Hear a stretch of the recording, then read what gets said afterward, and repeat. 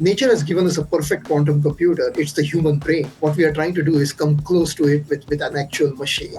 Quantum computing is a new way of processing information with the potential to solve problems that classical computers can't. While classical computers use bits, that's zeros or ones, quantum computers use qubits, which can represent aspects of both 0 and 1 at the same time, thanks to the principle of superposition. This allows quantum computers to explore many possibilities at once, a big leap for use in complex fields like drug discovery, cybersecurity, and logistics.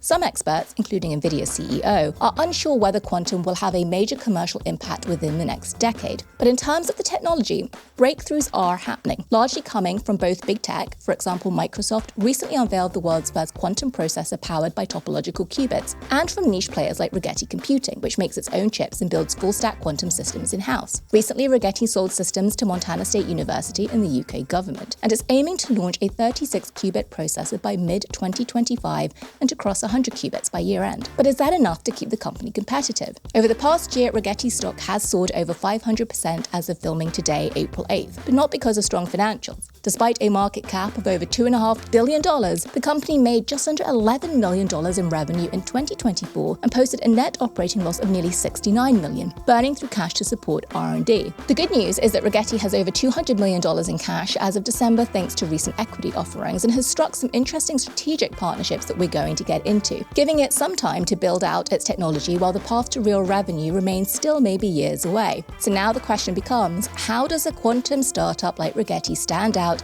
next to giants like Microsoft? We spoke with Rigetti CEO Dr. Subodh Kulkarni to find out and to learn more about what kinds of applications are actually possible right now, today. Let's get into it. Subodh, this is such an exciting time for quantum computing, but it's also a slightly anxiety-inducing time when we look at what's going on in the global supply chain world. Can you just describe for us Rigetti's supply chain and how, at this moment, with everything going on in tariffs, you're thinking about managing through it? Our chips, we do what is called as superconducting gate-based quantum computing, where we are still doing chips, but we are using different materials, different processes, superconducting materials, very cold temperatures when we get the superconducting effects to create the quantum effects. So our chips do look and feel different than classical computers.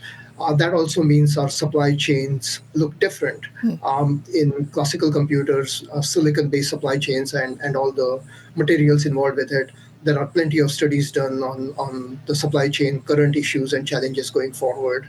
In quantum computing, our volumes are relatively small right now since we are still in R&D, so the constraints are not as severe as in classical computing or classical semiconductor industry. Yet we are dealing with some exotic materials like superconducting materials like niobium and tantalum that are not exactly commonplace materials you can go across the street and buy in a local hardware store. And we also deal with one particular isotope of helium called helium-3, which is again not commonly available. It's a byproduct of nuclear fusion industry, which is a substance by definition. So we rely on the Department of Energy here in the US to give that supply to us. So we have a few constraints like rare earth elements and helium-3. So we monitor those carefully. But given the current volumes, given the anticipated volumes for the next 5 to 10 years, we really don't see significant challenges on the supply chain side. Talk to us, Subodh, about what quantum computing can actually do today. We'll talk about what it can do in the future and the hype and the hope, but let's talk about what it can really do today. So gets into the heart of what is quantum computing. And fundamentally, a quantum computer is different than a classical computer. We are dealing with qubits instead of bits in the classical world. And we deal with entanglement of qubits as opposed to bits that are completely isolated in the classical world. So when you have, in the classical world, when you have n bits, your computation power goes linearly up 2 multiplied by n because it's 0 and 1 for each bit. And your bits are completely isolated from each other. In fact, we go out of our way to make sure the bits are isolated from each other in the semiconductor world. In quantum computing, our qubits, they can be in multiple states. They are not restricted to zeros and ones. But importantly, our qubits talk to each other. They entangle with each other. And what that does allow us is when we have n qubits, instead of the classical world of linear computing power going up by 2n, we get 2 raised to n because of the entanglement effect and the multiple states that we can create. And that when n is small, it doesn't make a big difference, 5, 10, or whatever. But when n is like 50 or 100, 2 multiplied by 100 is 200, 2 raised to 100 is practically infinity. And that's where quantum computing really starts showing the benefits. Also, on the energy side, in classical computing, as you increase your bits, your energy consumption goes up. In quantum computing, as you increase your qubits, the energy consumption doesn't go up linearly with the qubits. So we get the benefit of both significantly higher computing power, but also significantly lower energy consumption. How do we do that? And that's what I think gets into the heart of your question and where we are. So right now we are making quantum computers. We have deployed them on multiple cloud environments like AWS and Azure, and also we have shipped on-premise quantum computers to customers like the DOE labs or the DoD labs or the UK National Lab, and they work. So you can do your standard computing with quantum computers, just like classical computers. But really, that's not the reason why you are interested in quantum computing. You are interested in it because of the 2 raised to n computing power and the lower energy consumption. And that gets into complex problems like tensorial math that are very difficult to solve. With quantum computing, we can take on problems that need simultaneous computing. Think about problems that have thousands and millions of variables that are all interacting with each other simultaneously, like the weather forecasting problem or drug discovery problem or encryption type problems, where you have multiple variables and you have to deal with them simultaneously because they are all interacting with each other. Those problems are more amenable for quantum computing. A simple way to think about it is think about how a human brain works. Fundamentally, we have millions of neurons that are all entangled with each other. We get analog input, we process a few neurons fire up, we get analog output. There is no zeros, ones, there is no sequential computing happening in our brain. A quantum computer works very similar to a human brain. We have a bunch of qubits that are all entangled. We get analog input, there is no digital zeros, ones, and we get analog output, and our qubits are doing the work. So, in some ways, nature has given us a perfect quantum computer. It's the human brain. What we are trying to do is come close to it with an actual machine. So when we think about the actual fields this can be used in right now, Subodh, I had a really interesting conversation here actually for one of our sister brands, which is CFO Brew. And we had a conference and I had the privilege of speaking to the former deputy director of the NSA. And the question I asked him was, give me the top things that keep you awake at night. And one of his top 3 things was quantum computing. Absolutely. Talk to us about that. Why, I got his answer, but let's hear your answer. What is the application of quantum computing in cybersecurity and encryption that we should be thinking about today? There are many applications for quantum computing. Fundamentally, anything that is probabilistic in nature fits in with the quantum computing world. So we are talking about weather forecasting, financial forecasting, pharmaceutical discoveries, and so on. But one of the applications that's getting immense attention, and for good reasons, is encryption and decryption. Fundamentally, because we are doing simultaneous computing, it becomes a lot easier for quantum computers to find out the prime factors of any number, and that gets into decryption. So right now, AES encryption works because it would take you thousands of years to break find a single code. Uh, However, with quantum computing, because you have the power of simultaneous computing, you can figure out factors relatively easily. We are talking a few seconds at most half a minute to a minute. That is a huge concern, obviously, because unfortunately that means if a rogue country or a rogue company comes up with a capable quantum computer, they could break into all of our encryption right now, not only find out all the information, but then go and encrypt it with a quantum computer. So we lose everything we have today. Right. And the stakes become very high, obviously. No one wants to be in a position where you are hostage to a rogue company or a rogue country. So that's the reason organizations like NSA and other government organizations that are extremely worried about national security have immense interest in quantum computing. You certainly do not want to fall behind in quantum computing because there's a high chance that a rogue company or a country could use quantum computers for negative use in terms of decrypting, breaking codes, before we start finding quantum computers being used for positive applications like drug discovery, or weather forecasting, those kinds of applications. And so let's zoom in then, Subodh, into where Rigetti is focusing in amongst all of these possible applications. I saw some headlines recently. Barron's had a very interesting headline on you. Quote, moving from hype to prototype, being selected for the US Quantum Initiative. Talk to us about that. What does that involve? So Rigetti is a technology development company focusing on superconducting gate-based quantum computing. We are about 145 employees based in Berkeley, California. That's where I am right now. We build our own chip too, so we have a fab in Fremont, California, about 30 miles south of where I am. Um, we call ourselves a full stack quantum computing company, so we develop everything from designing the chip to building the chip to the software layers to deploying it on the cloud. Um, we have been around for 11 years, went through Series ABC, went public in 2022 time period. Right now, we have deployed multiple systems over that time period. Right now, our state-of-the-art system is a 84 qubit system that is available to anyone to use on AWS or Azure. It has what we call the important metric is the 2 qubit gate fidelity, which is the accuracy, if you will. Right now, depending on the kind of gates we use, we are between 99.0 to 99.5%. Um, which sounds very good, but it's not good enough. That's the big challenge we have, is to improve the fidelity. Our gate speeds are in the 70 nanoseconds range right now. So we still call ourselves very much in the R&D stage right now. For an important milestone in our journey, and for that matter, for the entire quantum computing ecosystem's journey, is what we call quantum advantage. That's when we can demonstrate superiority with quantum computing over classical computing for practical applications in terms of performance or cost. We believe we are roughly 5 years away from that point.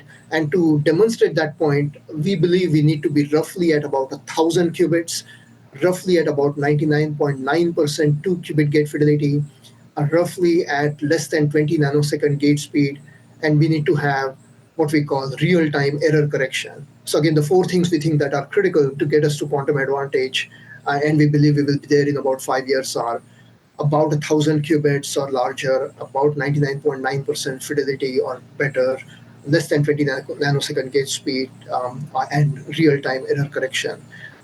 We think, and I believe that's consistent with what some other companies like IBM and Google have said, we believe we will be in that a technology development area roughly 5 years from now. And that's when we can start demonstrating superiority for practical applications, whether they are any general purpose computing applications or things that we discussed earlier, like pharmaceutical drug discovery or weather forecasting or financial forecasting or encryption decryption type applications. And so, in terms of the work that is being done with DARPA and the US Quantum Initiative, is that focused on cybersecurity? Is that focused on some of the other areas you touched upon? Well, DARPA's mission, and it's an exciting mission, and we are really happy to be part of it, is to build what is called as a utility scale quantum computer by 2033. So they want to demonstrate that you can get better value than what you're spending. In other words, we in the technical world, we also sometimes refer to it as fault tolerant quantum computing. Essentially, it means quantum computers that can do anything that you ask it to do, in layman's words. To enable that, and that's where the timeline is 2030 by 2033, we think you need thousands, if not tens of thousands or hundreds of thousands of qubits. So mentally, we have a image of a quantum computer that has roughly 500,000 qubits or even more qubits at 99.9% fidelity, really fast gate speed with real-time error correction code, and they can do any applications, including encryption, decryption type applications. And that's really what DARPA's overarching mission is. Now, right now, they have selected a few companies. We are excited to be part of it. Our focus is to continue to improve our qubit count, continue to improve our fidelity, continue to make our gates faster, and continue to integrate it with real-time error correction code. So we have a lot of work to do. That's what we are focused on for the next few years. As I mentioned, we believe we will get to quantum advantage in about 5 years with the 1,000 qubits. DARPA is raising the stakes even higher and saying, no, quantum advantage isn't good enough. We want what is called as a utility scale or fault tolerant quantum computing. So that's the next step. But you have to take the first step, which is to get to quantum advantage before you can think about utility scale quantum computing, which is DARPA's mission. Talk to us, Subodh, about your recently announced partnership with Quanta Computer. It's big dollars. Talk to us about the amount of money being invested there and what it is that you hope to achieve from it. Yeah, we had an exciting announcement with Quanta Computer in Taiwan. It's a very strategic partnership that we announced. In this partnership, what we are doing is essentially we are focusing on the critical area, which is the quantum computer, the quantum processing unit itself. That is the design of the chip, the fabrication of the chip, and the immediate hardware and software that goes around the chip package, if you will. But there's still a rest of the stack that has to be involved in a quantum computer. We still need CPUs, GPUs, FPGAs, several layers of other hardware and software. We call it dilution refrigerator, all the cablings that go with it, chassis, and so on. And it doesn't make sense for a small company to do the whole thing. Right now, we have been doing it partly because there were not too many players out there who would be capable of doing the rest of the stuff. But now that we are getting closer to reality and we are very close to commercial timelines, we decided it is appropriate to involve somebody who's good at those kinds of essentially commodity type items, but very important commodity type items. And Quanta Computer is a terrific partner. They are a well established, large Taiwanese company with over $43 billion of sales. They are the closest partners for Apple for laptops. They are the closest partner for NVIDIA for GPU servers. So they are really at the high end of their respective ecosystems. So they have a strategic interest of getting into quantum computing. They did their homework. They found us as one of the leaders in quantum computing. We were looking at how do we scale up from where we are in R&D as we become commercial and the volumes get larger. So it was a good match to partner with Quanta Computer, where we bring core quantum computing technology, and they bring the rest of their capability, high volume manufacturing, low cost manufacturing, but also GPU expertise, CPU expertise, the rest of the hardware expertise. So the agreement is that um, we still own the IP. They are essentially our contract manufacturer for the hardware stack. For that, they're giving us $35 million cash to get about 3 million shares of ours. So they are taking an equity position in the company, but it's a relatively small position. But more importantly, they are committing to investing $250 million over the next 5 years for the portion that they are involved with. So including their $35 million, at the end of last year, we had about $217 million. So we are bringing $250 million of our cash for the next 5 years, focusing on the QPU side of the development. They are bringing in $250 million of their cash focused on the non-QPU hardware portion. So together, what we announced is that we are committing roughly $500 million of investment in this area for the next 5 years, which is when we think we will be able to get to this quantum advantage point and make it into a commercially viable enterprise at that point. Funding R&D, which I know is expensive for Rigetti last year, through these kinds of partnerships, Subodh, is that the way to survive when competing against big tech, when competing against the Microsofts of the world? And do you think that you'll have more such strategic partnerships to strike to be able to compete with the deep capex budgets of big tech? You're absolutely right. I mean, we are competing with big tech, particularly in the superconducting gate-based quantum computers that we are developing. We are competing effectively with companies like IBM, Google, Amazon, Yeah. Microsoft. Depending on who you're looking at, the competition is different. With Amazon, it's more of a partnership on the AWS side too. Same with Microsoft, we are partnered with them on the Azure side. But yeah, we are competing. But certainly, we definitely compete with IBM directly. And there are advantages of being small. I mean, we can move a lot faster because we are smaller and we are more focused. We are purely focused on quantum computing. We don't have a big business to worry about and distractions and so on. So there are some advantages, but at the same time, we fully understand that they are well capitalized and in good position to invest. $500 million between us and Quanta is not small. I mean, it is a large amount of money at the end of the day. If you're talking $100 million of investment every year, we feel that's a good amount of money for us to take on big tech. But really, where it comes down to is technology. Right now, the key differentiation we have with other big tech companies in superconducting gate-based development, is our open modular approach. We have architectured our system very differently than the way IBM and Google have or others have. Ours is open modular, which allows us to integrate innovative solutions from third parties relatively easily. Subodh, we're going to wrap with Sure. some rapid fire questions. So Okay. just 3 questions to finish off our time together. First question is, which company do you admire the most other than Rigetti, which is not an allowed answer? Well, as much as we compete with them right now, I admire IBM as one of the best companies out there when it comes to technology development. Partly because I started my career at IBM, so there's still a soft corner there. Right. Who is one scientist or innovator, and they can be dead or alive, that you would have loved the opportunity to work with at Rigetti?